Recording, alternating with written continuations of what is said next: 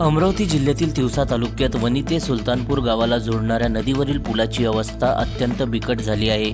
गेल्या 3 वर्षापासून हा पूल खचलेल्या अवस्थेत आहे। पुलावरून ये-जा करताना नागरिकांना मोठा धोका पत्करावा लागत आहे। या ठिकाणी अनेक नागरिक किरकोळ अपघातात जखमी झाल्याच्या घटना घडल्या आहे। विशेष म्हणजे हा पूल परिसरातील अनेक गावांना जोडणारा महत्त्वाचा मार्ग आहे। त्यामुळे दररोज मोठ्या प्रमाणात नागरिक, शेतकरी आणि विद्यार्थी या पुलाचा वापर करतात। मात्र पुलाची धोकादायक अवस्था लक्षात घेता शालेय विद्यार्थ्यांच्या सुरक्षिततेचा प्रश्न गंभीर बनला आहे। विद्यार्थ्यांना घेऊन जाणाऱ्या स्कूल बसची वाहतूक या पुलावरून बंद करण्यात आल्याची माहिती आहे। पूल खचल्यामुळे काही वेळा गावाचा संपर्क तुटण्याची परिस्थिती देखील निर्माण झाली आहे।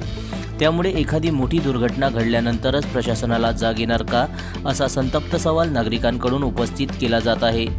जिल्हा परिषदेच्या बांधकाम विभागाने या पुलाकडे तातडीने लक्ष देऊन पाहणी करावी, धोकादायक भागाची दुरुस्ती करावी आणि नागरिकांच्या सुरक्षिततेसाठी कायमस्वरूपी उपाययोजना करावी, अशी मागणी स्थानिक नागरिकांकडून होत आहे।